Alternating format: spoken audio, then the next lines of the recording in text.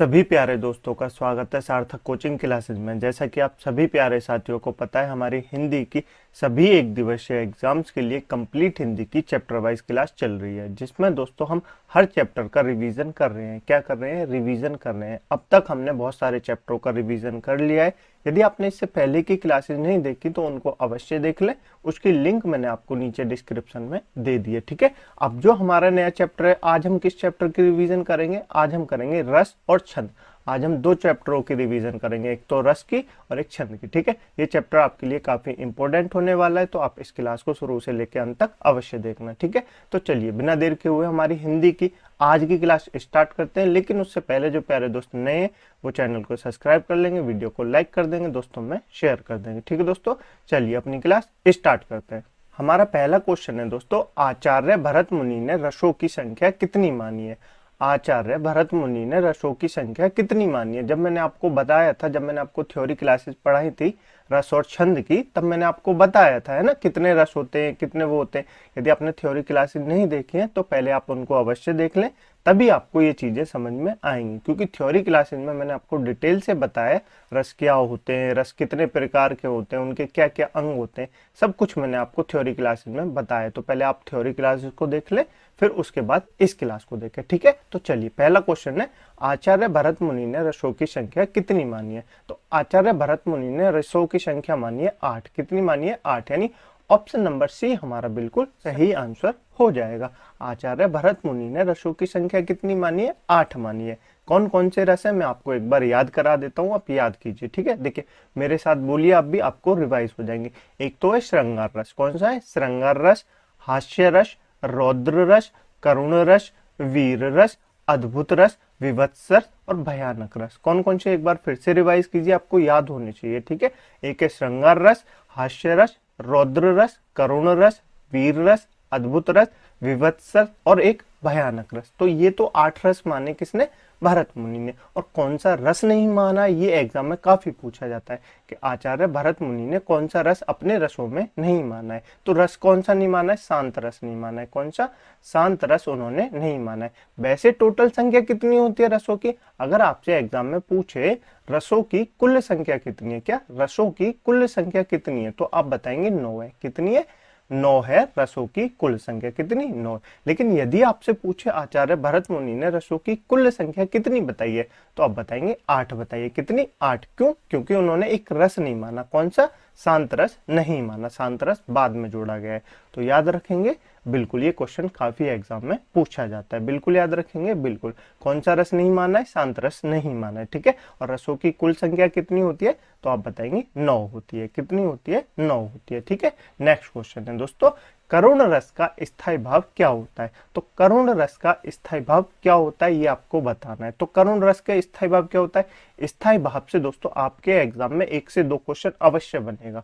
तो आप स्थायी भाव, रसों के जितने भी स्थायी भाव में सारों को याद कर लीजिए, एक ना एक क्वेश्चन आपके एग्जाम में अवश्य आएगा। ठीक है, वैसे मैं तो आपको बता ही दूंगा, और आप थ्योरी क्लासेस और देख लेंगे, मेरी लिंक डिस्क्रिप्शन में मैंने आपको दे दी है, तो उनसे आपको और याद हो जाएगा, है ना। तो करुण रस का स्थायी भाव क्या होता है? आप कहेंगे शोक होता है। कौन सा? शोक होता है, यानी ऑप्शन नंबर बी हमारा बिल्कुल सही आंसर हो जाएगा। कौन सा? ऑप्शन नंबर बी हमारा बिल्कुल सही आंसर हो जाएगा। करुण रस का स्थायी भाव क्या होता है? शोक होता है। रति किसका होता है दोस्तों? रति होता है श्रृंगार रस का। किसका होता है? रति होता है श्रृंगार रस का स्थायी भाव। ठीक है, याद रखेंगे। भय किसका होता है दोस्तों? भय होता है भयानक रस का। किसका? भयानक रस का स्थायी भाव होता है भय। ठीक है, याद रखेंगे। निर्वेद किसका होता है? निर्वेद होता है दोस्तों शांत रस का स्थायी भाव। किसका होता है? निर्वेद होता है शांत रस का स्थायी भाव। तो याद रखेंगे बिल्कुल। एक क्वेश्चन से आपके 4 रस क्लियर हुए, 4 रसों के स्थायी भाव मैंने आपको बता दिए। बिल्कुल, देखिए आपको थंबनेल में दिख रहा होगा हम टॉप 25 क्वेश्चन सॉल्व करेंगे, और करेंगे भी हम 25 क्वेश्चन सॉल्व। लेकिन आप ये मत मानिए हम 25 क्वेश्चन ही सॉल्व कर रहे हैं, है ना। 25 क्वेश्चनों के अंदर आप देखेंगे ना तो लगभग 50 से ज्यादा क्वेश्चन आप पाएंगे। जैसे अभी मैंने आपको एक क्वेश्चन से 4 क्वेश्चनों बता दिए, 4 स्थायी भाव बता दिए, तो 4 क्वेश्चन तो यही हो गए, है ना। तो ऐसे करके आप याद रखेंगे। मैं आपको पूरा रस और छंद कंप्लीट पढ़ा दूंगा इस क्लास में, रिवीजन करा दूंगा। ठीक है, याद रखेंगे। नेक्स्ट क्वेश्चन है दोस्तों, भक्ति रस के प्रतिष्ठापक आचार्य कौन है? यानी भक्ति रस के प्रतिष्ठापक आचार्य कौन है? तो आप बताएंगे कौन है? आचार्य रूप गोस्वामी। कौन है? आचार्य रूप गोस्वामी, यानी ऑप्शन नंबर ए हमारा बिल्कुल सही आंसर हो जाएगा। भक्ति रस के प्रतिष्ठापक आचार्य कौन है? आप कहेंगे आचार्य रूप गोस्वामी। एग्जाम में क्वेश्चन पूछा गया है, ठीक है, याद रखेंगे। और इसी में आपको याद रखना है ये जो आचार्य मट्टम है, कौन है? आचार्य मट्टम है। इन्होंने क्या बताया दोस्तों? इन्होंने बताया 3 गुण बताए। क्या? रस के 3 गुण बताए, 3 काव्य गुण बताए। क्या? 3 काव्य गुण बताए। ये पूछा जाता है कि रस के 3 काव्य गुण किसने बताए? आचार्य मट्टम ने बताए। किसने? आचार्य मट्टम ने बताए। कौन कौन से? वो मैं आपको बता देता हूँ। एक तो है दोस्तों प्रसाद गुण। कौन सा? एक तो है प्रसाद गुण, ठीक है, याद रखेंगे। एक है ओज गुण। कौन सा? ओज गुण होता है, ठीक है। एक होता है माधुर्य गुण। कैसा? एक होता है माधुर्य गुण, याद रखेंगे। तो 3 गुण बताए किसने? आचार्य मट्टम ने। किसने? आचार्य मट्टम ने। माधुर्य गुण में कौन कौन से रस आते हैं? तो आप कहेंगे एक श्रृंगार रस आता है। कौन सा आता है? श्रृंगार रस आता है, ठीक है। एक हास्य रस आता है। याद रखने, ये एग्जाम में काफी क्वेश्चन पूछे जाते हैं। जैसे आपको दे देगा श्रृंगार रस में कौन सा गुण पाया जाता है, तो आपको बताना है माधुर्य गुण पाया जाता है, ठीक है। श्रृंगार रस में माधुर्य गुण होता है, हास्य रस में होता है, और एक शांत रस में होता है। कौन से में? शांत रस में होता है, और करुण रस में होता है। तो इन 4 रसों में कौन सा गुण होता है? माधुर्य गुण होता है। कौन सा? माधुर्य गुण होता है, याद रखेंगे बिल्कुल। ओज गुण किस किस में होता है? तो आप कहेंगे वीर रस में ओज गुण होता है। किसमें? वीर रस में होता है। रौद्र रस में होता है। किसमें होता है? रौद्र रस में होता है। भयानक रस में होता है। किसमें? भयानक रस में होता है। और एक विभत्स रस में होता है। किसमें? एक विभत्स रस में होता है। तो इन चारों में ओज रस पाया जाता है। कौन सा? ओज गुण पाया जाता है, याद रखेंगे बिल्कुल। और जो बाकी बचे उनमें प्रसाद गुण पाया जाता है। कौन सा? प्रसाद गुण पाया जाता है, तो याद रखेंगे बिल्कुल। आचार्य मट्टम ने क्या बताया? रस के 3 काव्य गुण बताए। क्या? रस के 3 काव्य गुण बताए। कौन कौन से? प्रसाद, ओज, माधुर्य। बाकी आपको क्लियर? बिल्कुल क्लियर। और भक्ति रस के प्रतिष्ठापक आचार्य कौन है? तो आप कहेंगे आचार्य रूप गोस्वामी। कौन है? आचार्य रूप गोस्वामी। क्लियर? बिल्कुल। चले आगे, चलिए नेक्स्ट क्वेश्चन है दोस्तों, रस ही ब्रह्मा होने का कथन किस में मिलता है? अर्थात ये बोल रहा है दोस्तों रस ही ब्रह्मा है, मतलब जो रस है वो ही ब्रह्मा है। इसका कथन हमको कहां से प्राप्त होता है? ये एग्जाम में क्वेश्चन आया हुआ है, ठीक है। तो याद रखेंगे रस ही ब्रह्मा है, ये कथन हमको कहां से मिलता है? तो आप कहेंगे तैत्तरीय उपनिषद से मिलता है। कहां से मिलता है? तैत्तरीय उपनिषद से मिलता है। यानी ऑप्शन नंबर बी हमारा बिल्कुल सही आंसर हो जाएगा। रस ही ब्रह्मा है, ये कथन हमको कहां से प्राप्त होता है? तो आपको याद रखना है तैत्तरीय उपनिषद से प्राप्त होता है। कहां से? तैत्तरीय उपनिषद से प्राप्त होता है। क्लियर? बिल्कुल, एग्जाम में आया हुआ क्वेश्चन है, ठीक है। नेक्स्ट क्वेश्चन है, इसको सॉल्व करेंगे। जिन पंक्तियों में नायक नायिका के वियोग, क्या दोस्तों नायक नायिका के वियोग का वर्णन होता है, वहां रस की दृष्टि से कौन सा रस होता है? तो कौन सा श्रृंगार होता है, ये आपसे पूछा गया। जिन पंक्तियों में नायक नायिका के वियोग का वर्णन होता है, किसका होता है दोस्तों? वियोग का वर्णन होता है। वियोग मतलब होता है अलगाव होता है, दुख होता है, जब दूर रहते हैं ना वो, तो उसको कहते हैं वियोग। वियोग का वर्णन होता है, वहां रस की दृष्टि से कौन सा श्रृंगार होता है? तो क्या हास्य रस होता है? क्या हास्य होगा? जब दो लोग अलग हैं, दो प्रेमी प्रेमिका अलग है, तो क्या हास्य रस होगा? नहीं। क्या शांत रस होगा? नहीं। क्या विप्रलभ होगा? तो आप कहेंगे बिल्कुल ऑप्शन नंबर डी हमारा बिल्कुल सही आंसर हो जाएगा। विप्रलभ को क्या कहते हैं दोस्तों? वियोग श्रृंगार रस भी कहते हैं। क्या कहते हैं? वियोग श्रृंगार रस भी कहते हैं। तो याद रखेंगे जब दो नायक नायिका अलग होते हैं, आपस से दूर होते हैं एक दूसरे से, तो उनमें कौन सा रस पाया जाता है? श्रृंगार वियोग रस पाया जाता है। कौन सा? श्रृंगार वियोग रस पाया जाता है। और संयोग रस कब होता है? वैसे मैं इसका क्वेश्चन लाया हूं, लेकिन संयोग रस कब होता है? तो आप कहेंगे जब नायक नायिका के बीच प्रेम की बात होती हो, जब प्रेम की वो होती हो, तब संयोग रस होता है। याद रखेंगे, बिल्कुल याद रखेंगे, है ना। क्वेश्चन क्लियर हो रहा है? बिल्कुल हो रहा है। नेक्स्ट क्वेश्चन है दोस्तों, माधुर्य गुण किस रस में प्रयुक्त होता है? अभी अभी मैंने आपको बताया था, 3 काव्य गुणों के बारे में बताया तो बताइए माधुर्य गुण किस रस में प्रयुक्त होता है? 4 रस मैंने आपको बताए थे जिसमें माधुर्य गुण प्रयोग होता है। मेरे साथ रिवाइज कीजिए, श्रृंगार रस, हास्य रस, शांत रस, और किस में होता है? आप कहेंगे करुण रस में होता है। यही 4 मैंने आपको बताए थे, बिल्कुल बताए थे। तो ऑप्शन में कौन सा? देखिए रौद्र रस है, नहीं, इसमें तो ओज रस होता है। कौन सा? ओज रस होता है। क्या वीर रस है? नहीं, इसमें भी ओज रस होता है। क्या भयानक रस है? नहीं, इसमें भी ओज रस होता है। तो आप कहेंगे ऑप्शन नंबर बी हमारा बिल्कुल सही आंसर हो जाएगा। श्रृंगार रस में कौन सा गुण पाया जाता है? माधुर्य गुण पाया जाता है। कौन सा गुण पाया जाता है? माधुर्य गुण पाया जाता है। क्लियर? बिल्कुल क्लियर हो गया होगा। चले आगे, चलिए नेक्स्ट क्वेश्चन है दोस्तों, इसको सॉल्व करेंगे। हास्य रस का स्थायी भाव क्या होता है? तो हास्य रस का स्थायी भाव क्या होता है? मैंने आपको बताया दोस्तों, स्थायी भाव से 1 से 2 क्वेश्चन आपके एग्जाम में अवश्य पूछे जाएंगे, तो आपको ध्यान रखने, सारे स्थायी भावों को एक बार रिवाइज कर लेंगे, ठीक है। स्थायी भाव, तो हास्य रस का स्थायी भाव क्या होता है? आप कहेंगे हास होता है। क्या होता है? हाश होता है, यानी ऑप्शन नंबर ए हमारा बिल्कुल सही आंसर हो जाएगा। क्रोध किसका होता है? तो रुद्र का होता है। किसका होता है? रुद्र रस का स्थायी भाव क्या होता है? क्रोध होता है। क्या होता है? क्रोध होता है। उत्साह किसका होता है? तो वीर रस का भाव क्या होता है? वीर रस का स्थायी भाव होता है उत्साह। क्या होता है? उत्साह। और जुगुप्सा किसका होता है? तो जुगुप्सा होता है विवत्स रस का। कौन सा दोस्तों? विवत्स रस का स्थायी भाव कौन सा होता है? जुगुप्सा होता है। काफी एग्जाम में पूछा जाता है, ठीक है। वीर रस का कौन सा होता है? उत्साह होता है। रौद्र रस का क्रोध होता है। विवत्स रस का जुगुप्सा होता है, ठीक है। याद रखेंगे, बिल्कुल याद रखेंगे। चलिए नेक्स्ट चलते हैं। नेक्स्ट क्वेश्चन है दोस्तों, जिन पंक्तियों में नायक नायिका का मिलन होता है, क्या? जिन पंक्तियों में नायक नायिका का मिलन होता है वहां रस की दृष्टि से कौन सा श्रृंगार होता है? तो ये आपको बताना है। अभी अभी मैंने आपको बताया था, जहां पे दोस्तों नायक नायिका का वियोग हो वहां कौन सा होता है? वियोग श्रृंगार रस होता है। लेकिन जहां पे नायक नायिका का मिलन होता है वहां कौन सा रस होता है? तो आप कहेंगे संयोग श्रृंगार रस होता है। कौन सा होता है? संयोग श्रृंगार रस होता है। यानी ऑप्शन नंबर सी हमारा बिल्कुल सही आंसर हो जाएगा। क्लियर? बिल्कुल क्लियर हो गया होगा। चलिए काफी इंपॉर्टेंट क्वेश्चन है दोस्तों, एग्जाम में पूछे जाते हैं, ठीक है। नेक्स्ट क्वेश्चन है, करुण रस के देवता इनमें से कौन है? तो आपको ये बताना है करुण रस के देवता इनमें से किसको माना जाता है? क्या महेंद्र को माना जाता है? क्या यम को माना जाता है? क्या कामदेव को माना जाता है? क्या गंधर्व को माना जाता है? करुण रस क्या होता है दोस्तों? करुण रस होता है शोक। करुण रस का स्थायी भाव क्या होता है? शोक। मतलब यहाँ पे दुख प्रकट किया जाता है, जहां पे दुख प्रकट किया जाता है। तो दुख के देवता कौन है? यम है। क्यों?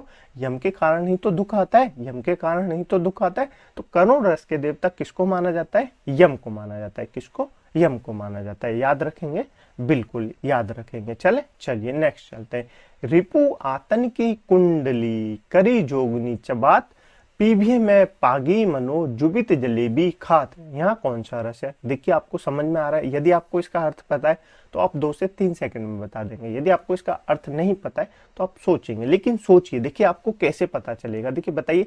रिपु आतन की कुंडली करी जोगनी चबात पीभी में पागी मनो जुबित जलेबी खात। अर्थात इसका अर्थ है एक राक्षस है, वो क्या है? रिपु मतलब गोल चक्कर में आंत मतलब आपकी जो अंदर की आंतड़ी है उनको निकाल के कुंडली यानी गोल गोल करके चबा रहा है। क्या चबा रहा है? गोल करके उनको चबा रहा है। और पीवी यानी पानी के रस में उनको जलेबी की तरह खा रहा है। कैसा खा रहा है? जलेबी की तरह खा रहा है। देखिए दोस्तों, जहां पे आंत, फेफड़े, हड्डी इन सब की बातें हो ना, तो वहां कौन सा रस होता है? आप कहेंगे विभत्स रस होता है। कौन सा? विभत्स रस होता है। और विभत्स रस का स्थायी भाव कौन सा होता है? अभी अभी मैंने आपको बताया कौन सा होता है? जुगुप्सा होता है। कौन सा होता है? जुगुप्सा होता है। तो याद रखेंगे, जहां पे हड्डी, मांस इन सब की बातें हो तो कौन सा रस होता है? विभत्स रस होता है। कौन सा रस होता है? विभत्स रस होता है। तो क्लियर? यहाँ पे आपको समझ में आ जाना चाहिए। आंत की बात हो रही है, इनकी बात हो रही है, तो कैसा रस होगा? आप कहेंगे विभत्स रस होगा। कैसा रस होगा? विभत्स रस होगा, ठीक है। नेक्स्ट क्वेश्चन है, रस के अवयवों की संख्या कितनी होती है? तो रस के अवयवों की संख्या कितनी होती है? तो आप कहेंगे, मैं आपको बताऊं अवयवों किसको कहते हैं दोस्तों? इनको एक चीज और नाम से जानते हैं, रस के अंग। क्या कहते हैं इनको? रस के अंग कहते हैं। तो आपसे ये भी पूछ सकता है कि रस के अवयवों की संख्या कितनी होती है, या आपसे ये भी पूछ सकता है रस के अंग कितने होते हैं। तो रस के अंग कितने होते हैं? आप कहेंगे ऑप्शन नंबर सी हमारा बिल्कुल सही आंसर हो जाएगा। रस के 4 अंग होते हैं, रस के 4 अवयव होते हैं। कितने? 4 होते हैं। कौन कौन से होते हैं वो मैं आपको बता देता हूँ, याद रखने। सबसे पहले स्थायी भाव होता है। क्या होता है? स्थायी भाव होता है। स्थायी भावों की संख्या कितनी होती है? तो कितने रस होते हैं? टोटल 9 रस होते हैं। कुल कितने? 9 रस होते हैं। तो 9 ही स्थायी भाव होते हैं, याद रखेंगे बिल्कुल। दूसरा भाग क्या होता है? दूसरा भाग होता है अनुभाव। क्या होता है? दूसरा भाग होता है अनुभव। क्या होता है? अनुभव। तो ये क्या होते हैं दोस्तों? ये होते हैं 4। ये कितने होते हैं? 4 होते हैं, ठीक है। उसके बाद होता है एक होता है विभाव। क्या होता है? विभाव। विभाव कितने होते हैं दोस्तों? विभागों की संख्या होती है 2। कितनी? 2 होती है। और एक होता है संचारी भाव। कौन सा होता है? संचारी भाव। और संचारी भावों की संख्या कितनी होती है? तो आप कहेंगे 23 होती है। कितनी? 23 होती है। इनकी संख्या भी आपसे एग्जाम में पूछी जा सकती है, तो आप याद रखेंगे। रस के अंग कितने होते हैं? 4 अंग होते हैं। कितने? 4 अंग। कौन कौन से? स्थायी भाव, अनुभाव, विभाव, संचारी भाव। स्थायी भाव की संख्या 9, अनुभाव की संख्या 4, विभाव की संख्या 2, संचारी भाव की संख्या 23। याद रखनी है बिल्कुल, एग्जाम में क्वेश्चन पूछे जाते हैं, ठीक है, याद रखेंगे। नेक्स्ट क्वेश्चन है दोस्तों, इसको बताएंगे अद्भुत रस का स्थायी भाव क्या होता है। तो अद्भुत रस का स्थायी भाव क्या होता है? तो अद्भुत रस का स्थायी भाव होता है विश्व में। क्या होता है? विश्व में। यानी ऑप्शन नंबर ए हमारा बिल्कुल सही आंसर हो जाएगा। निर्वेद किसका होता है? शांत रस का होता है। किसका होता है? शांत रस का होता है। भय किसका होता है? भयानक का होता है। किसका होता है? भयानक रस का स्थायी भाव होता है। रति किसका होता है? श्रृंगार रस का होता है। रति किसका होता है? श्रृंगार रस का स्थायी भाव होता है। मैंने आपको बता दिया, ठीक है। बिल्कुल। अद्भुत रस का स्थायी भाव क्या होता है? तो आप कहेंगे विश्व में होता है। क्या होता है? विश्व में होता है। क्लास कैसी लग रही है दोस्तों आपको? मुझे उम्मीद है आपको क्लास अच्छी लग रही होगी, समझ में आ रही है। यदि आपको क्लास समझ में आ रही है, आपको अच्छी लग रही है, तो वीडियो को लाइक कर दें, दोस्तों में शेयर कर दें, चैनल को सब्सक्राइब जरूर कर लें, ठीक है। नेक्स्ट क्वेश्चन है दोस्तों, यह देख गगन मुझ में लय है, यह देख पवन मुझ में लय है, मुझ में विलीन झंकर सकल, मुझ में लय संसार सकल, अमृत फूलता है मुझ में, संसार झूलता है मुझ में। उपयुक्त पंक्तियों में कौन सा रस होगा? मैं आपके लिए एक और बार पढ़ देता हूँ, आपको समझ में आना चाहिए, ठीक है। देखिए, यह देख गगन मुझ में लय है, वो कह रहा है ये देखे मुझ में गगन यानी आकाश मुझ में ही है, आकाश मुझ में ही है। यह देख पवन मुझ में लय है, पवन यानी हवा भी मुझ में ही है, हवा भी मुझ में ही है। मुझ में विलीन झंकर सकल, मुझ में ये सारा संसार बसा हुआ है। अमृत फूलता है मुझ में, अमृत भी मुझ में ही है। क्या? अमृत का जो उत्पन्न होता है वो भी मुझसे होता है। संसार झूलता है मुझ में, संसार भी मुझसे ही पैदा हुआ है। तो ये कह रहा है, इसमें क्या हो जाए? क्या हास्य की बात हो रही है? नहीं हो रही। क्या करुण शोक हो रहा है? नहीं हो रहा। क्या वीर की बात हो रही है? नहीं। आप कहेंगे अद्भुत रस की बात हो रही है। कौन सी? अद्भुत रस की बात हो रही है, यानी ऑप्शन नंबर बी हमारा बिल्कुल सही आंसर हो जाएगा। कौन से रस की बात हो रही है? अद्भुत रस की बात हो रही है। क्लियर? बिल्कुल क्लियर। नेक्स्ट चलिए नेक्स्ट क्वेश्चन है दोस्तों, अद्भुत रस के देवता इनमें से कौन है? तो अद्भुत रस के देवता इनमें से कौन है? गंधर्व देव है। कौन से? गंधर्व देव है, यानी ऑप्शन नंबर ए हमारा बिल्कुल सही आंसर हो जाएगा। क्लियर? बिल्कुल। नेक्स्ट चलिए आगे चलते हैं। नेक्स्ट क्वेश्चन है दोस्तों, इनमें से उज्ज्वल रस, क्या दोस्तों? उज्ज्वल रस या मधुर रस भी कहते हैं। तो उज्ज्वल रस या मधुर रस किस रस को कहा जाता है? तो आप कहेंगे भक्ति रस को कहा जाता है। किसको? भक्ति रस को कहा जाता है, यानी ऑप्शन नंबर ए हमारा बिल्कुल सही आंसर हो जाएगा। तो उज्ज्वल रस और मधुर रस किसको कहा जाता है? भक्ति रस को कहा जाता है। एग्जाम में आया हुआ क्वेश्चन है, याद रखेंगे। बिल्कुल। नेक्स्ट चलते हैं। चलिए नेक्स्ट क्वेश्चन है, वीर रस में इनमें से कौन से गुण की प्रधानता होती है? तो वीर रस में कौन से गुण की प्रधानता होती है? मैंने आपको 3 गुण बताए थे, एक बार फिर से रिवाइज करेंगे मेरे साथ ताकि आपको क्लियर हो जाए। एक तो मैंने आपको बताया था प्रसाद गुण, कौन सा? प्रसाद गुण बताया था। एक मैंने आपको बताया था ओज गुण, कौन सा? ओज गुण। और एक बताया था मैंने आपको माधुर्य गुण। यही 3 गुण बताए थे मैंने आपको। बिल्कुल। तो ये 3 गुण बताए किसने? आप कहेंगे आचार्य मट्टम ने बताए। किसने? आचार्य मट्टम ने बताए। ये याद रखेंगे। बिल्कुल याद रखेंगे। तो वीर रस इनमें से कुछ गुण की प्रधानता होती है। वीर रस में किस गुण की प्रधानता होती है? आप कहेंगे ऑप्शन नंबर ए सही हो जाएगा। ओज रस की प्रधानता होती है। क्या? ओज गुण की प्रधानता होती है वीर रस में। कौन से गुण की? ओज गुण की प्रधानता होती है वीर रस में। याद रखेंगे। बिल्कुल याद रखेंगे। चलते हैं आगे। नेक्स्ट क्वेश्चन है दोस्तों, मेरी भव बाधा हरो, राधा नागरी सोई, जातन की झाई परे, श्याम हरित दुति होई। उपरोक्त पंक्ति में कौन सा रस है? ये आपसे पूछा गया है, तो बताइए कौन सा रस होगा इस पंक्ति में। तो पढ़ेंगे आप एक बार फिर से, आपको पता चल जाएगा। मेरी भव बाधा हरो, राधा नागरी सोई। किससे कह रहे? राधा के जो प्रिय है, मतलब श्री कृष्ण से कहा जा रहा है कि मेरी सारी बाधाएं को हरो, जातन की झाई परे, श्याम हरिद्युति होई, जिससे मेरी ये सारी चीजें हैं वो दूर हो जाए। तो ये क्या हो रही है? भक्ति हो रही है। क्या? भक्ति हो रही है, यानी ऑप्शन नंबर ए हमारा बिल्कुल सही आंसर हो जाएगा। इस पंक्ति में कौन सा रस हो जाएगा? भक्ति रस हो जाएगा। कौन सा? भक्ति रस हो जाएगा। ठीक है। नेक्स्ट क्वेश्चन है, राम को रूप निहारित जान की, कंचन के नग परछाई। उपरोक्त पंक्ति में कौन सा रस होगा? तो ये बताना है आपको। राम को रूप निहारित जान की, कंचन के नग की परछाई, यानी कि राम का रूप निहार रही है कौन? माता जानकी। भगवान राम का रूप को निहार रही है कौन? माता जानकी, है ना। तो क्या हो रहा है? प्रेम की बात हो रही है। किसकी? प्रेम की बात हो रही है। और प्रेम में कौन सा रस होता है? श्रृंगार रस होता है। किसका? श्रृंगार रस होता है। और श्रृंगार रस में भी कौन सा रस होगा? क्या संयोग रस होगा या वियोग रस होगा? तो संयोग रस होगा। वियोग थोड़ी ना हो रहा है, अलग थोड़ी ना हो रहा है। वियोग रस नहीं हो रहा है। वियोग रस कब होता है? जब माता सीता का रावण हरण कर लेता है, तब कौन सा रस होता है? वियोग रस होता है। जब राम जी रोते हैं, है ना, तो कौन सा होता है? वियोग रस होता है। लेकिन अभी तो माता सीता राम जी को निहार रही है, तो कौन सा रस होगा? संयोग रस होगा। कौन सा? संयोग रस होगा। याद रखेंगे। बिल्कुल। नेक्स्ट चलिए नेक्स्ट क्वेश्चन है दोस्तों, इनमें से कौन सा छंद वाणिक छंद है? तो वाणिक छंद आपसे पूछा गया है। छंद दोस्तों होते कितने प्रकार के, ये मैं आपको बता देता हूँ। छंद 3 प्रकार के होते हैं। कौन से दोस्तों? छंद 3 प्रकार के होते हैं। कौन कौन से? एक तो होता है वाणिक। कौन सा होता है?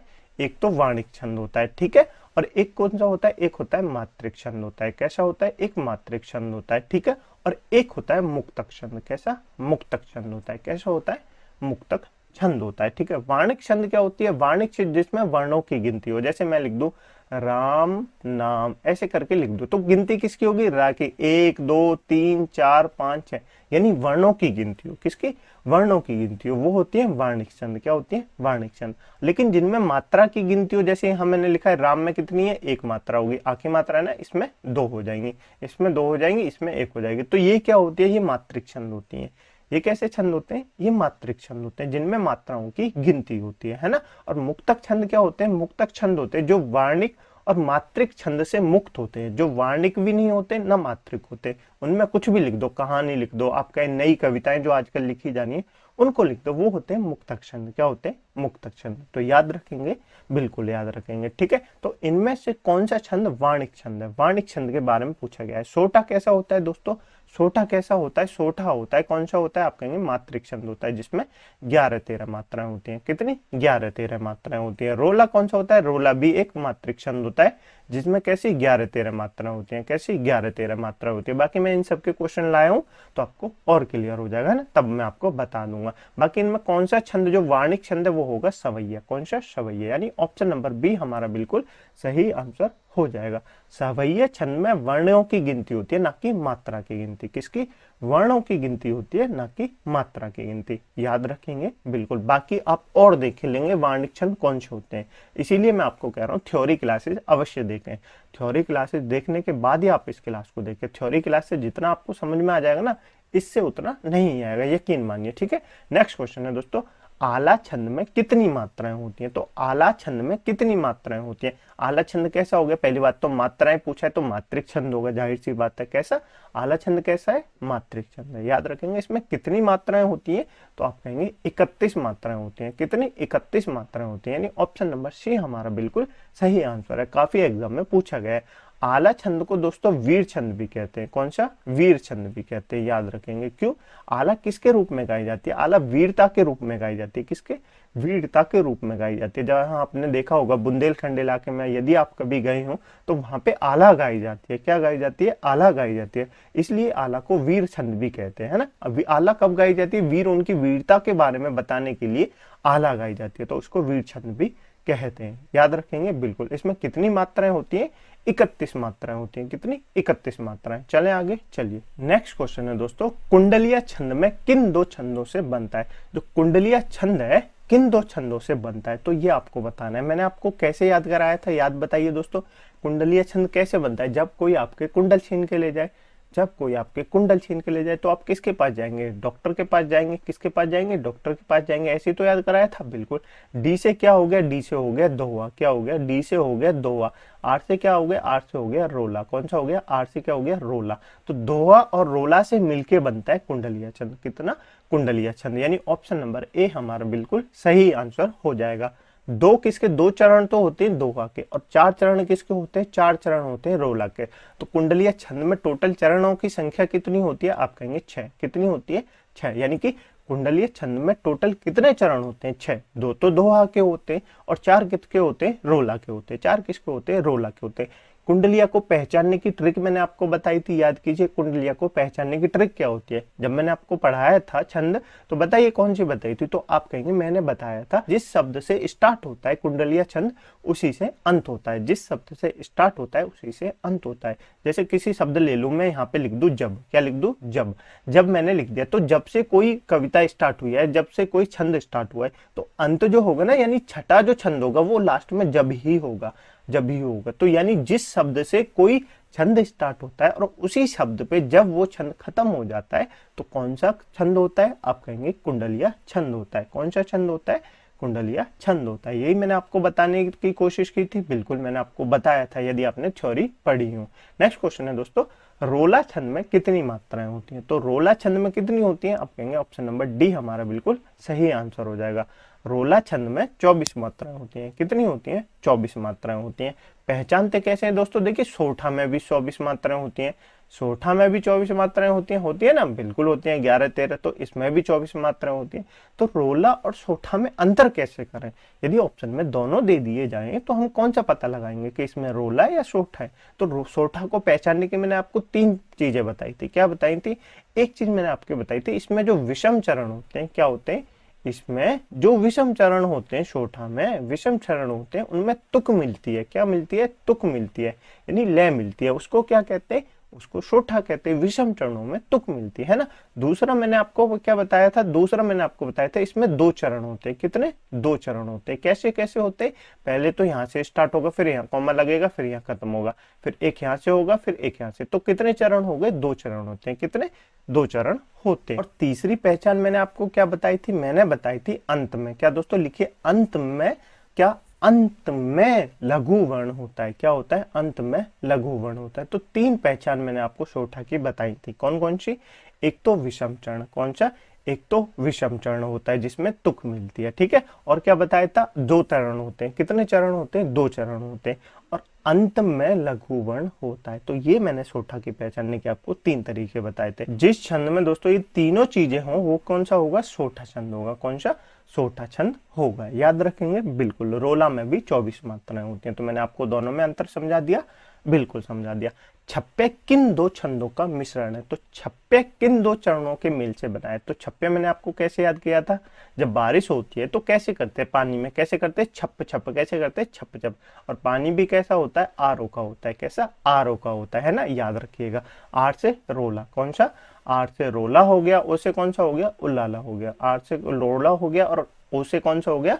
उल्लाला हो गया। यही मैंने आपको बताया था, बिल्कुल। रोला की 2 चरण होते हैं और उल्लाला के 4 चरण होते हैं। याद रखेंगे, बिल्कुल याद रखेंगे। छप्पे भी 6 चरण वाला छंद होता है। याद रखेंगे। तो किस किस से मिलता है? एक तो रोला और उल्लाला, यानी ऑप्शन नंबर बी हमारा बिल्कुल सही आंसर हो जाएगा। क्लियर? बिल्कुल क्लियर। चलिए आगे चलते हैं। नेक्स्ट क्वेश्चन है दोस्तों, नहीं पराग नहीं मधुर मधु नहीं विकास एक काल, अली अली ही शो बंधियो आगे कौन हवाल। प्रस्तुत पंक्तियों में कौन सा छंद है? ये हमसे पूछा गया है। तो बताइए कौन सा छंद है। अब आपको तो मात्राएं गिननी पड़ेंगी। मात्रा तो आपको आती नहीं है क्योंकि आपने थ्योरी क्लास नहीं देखी, तो आपको थ्योरी क्लास देखनी चाहिए। चलिए मैं आपको बता देता हूँ फिर भी, है ना। देखिए छोटी मात्राएं होती है, जैसे ई है। ई की बड़ी मात्रा किधर चढ़ती है? ऐसे चढ़ती है। छोटी मात्रा किधर चढ़ती है? ऐसे चढ़ती है। यानी छोटी मात्राएं जो होती है ना, वो कैसी होती है? 1 होती है। और 2 जब मात्रा बड़ी की मात्रा जो, यानी बड़ी मात्राएं जो होती है उनके लिए 2 होती है। ऐसे ही तो लिखते हैं, बिल्कुल लिखते हैं। तो ये मैंने आपको बताया था। आप एक बार क्लास थ्योरी क्लासेस अवश्य देख लें, ठीक है। चलिए मैं आपको यहाँ गिन के बता देता हूँ। 1 1 1 2 1 1 1 1 1 1 1 1, ठीक है। 1 1 1 2 1 1 1 2 1, ठीक है। अब मात्राएं गिन लीजिए, कितनी कितनी मात्राएं बताइए। 1 और 1 2 2 3 3 2 5 6 7 8 9 10 11 12 13। ये कितनी हो गई? ये तो 13 हो गई। ये कितनी होंगी? 1 2 3 3 2 5 6 7 8 8 2 10 10 और 1 11। तो ये 11 हो गई। तो कौन सी हो जाए? 13 11 किस में होती है? 13 11 किस में होती है? दो का धोखा। याद कीजिए, दो का धोखा। तो कौन सा हो जाएगा? दोहा हो जाएगा। यानी ऑप्शन नंबर ए हमारा बिल्कुल सही आंसर हो जाएगा। इन पंक्तियों में कौन सा छंद होगा? दोहा छंद होगा। कौन सा छंद होगा? दोहा छंद होगा। क्लियर? बिल्कुल। नेक्स्ट चलिए आगे चलते हैं। नेक्स्ट क्वेश्चन है दोस्तों, मुक्तक छंद के सर्वाधिक समर्थक छायावादी कवि कौन है? जिन्होंने मुक्तक छंद को सबसे ज्यादा क्या किया? समर्थन किया। मुक्तक छंद का सबसे ज्यादा समर्थन किस छायावादी कवि ने किया है? क्या महादेवी वर्मा ने किया है? क्या जयशंकर प्रसाद ने किया है? क्या सुमित्रा नंदन पंत ने किया है? तो आप कहेंगे किसने किया है? निराला ने किया है। किसने किया है? तो आप कहेंगे निराला ने किया है, ठीक है। यानी ऑप्शन नंबर डी हमारा बिल्कुल सही आंसर हो जाएगा। क्लियर आपको? बिल्कुल। क्लासेस कैसी लगी कमेंट बॉक्स में जरूर बताना। ये आपके लिए होमवर्क का क्वेश्चन है दोस्तों। इसका आंसर आपको कमेंट बॉक्स में जरूर बताना है। क्या दोस्तों? इसका आंसर आपको कमेंट बॉक्स में बताना है। विवत रस का स्थायी भाव क्या होता है? मैंने आपको बताया था, आप याद कीजिए और कमेंट बॉक्स में इसका आंसर जरूर बताना। और कमेंट बॉक्स में अपना स्कोर अवश्य लिखे, 25 में से आपके कितने क्वेश्चन सही रहे, ठीक है, ताकि हमें पता चले कि आप कितना पढ़ रहे हैं, ठीक है, और हम किस दिशा में मेहनत कर रहे हैं, ठीक है। ये सब चीजें तो आपको कमेंट बॉक्स में बतानी है दोस्तों। अपने ओपिनियन भी कमेंट बॉक्स में अवश्य शेयर करें कि क्लास आपको कैसी लग रही है। यदि आपको क्लास समझ में आ रही है या नहीं आ रही, कमेंट बॉक्स में जरूर बताएं, ठीक है। इस क्लास की पीडीएफ डाउनलोड करने के लिए आप हमारे टेलीग्राम ग्रुप को ज्वाइन कर सकते हैं, जिसकी लिंक मैंने आपको नीचे डिस्क्रिप्शन में दे दिया। उससे पीडीएफ डाउनलोड करना, नोट्स अवश्य बनाना, 1 से 2 बार क्लास को अवश्य देखना, तभी आपको ये चैप्टर क्लियर हो पाएगा, ठीक है। चलिए मिलते हैं अगली क्लास में एक नए चैप्टर के साथ। उसके भी टॉप 25 क्वेश्चनों को सॉल्व करेंगे, इसी तरह उनकी प्रैक्टिस करेंगे, है ना। तो आपको क्लासेस कैसी लग रही है, समझ में आ रही है या नहीं आ रही है, जरूर कमेंट बॉक्स में बताएं। इसी तरह हम अपने सारे हिंदी के जितने भी चैप्टर है सबको एक साथ रिवीजन कर लेंगे, ठीक है। चलिए मिलते हैं अगली क्लास में एक नए चैप्टर के साथ। तब तक के लिए अपना ध्यान रखिएगा। जय हिंद, जय भारत।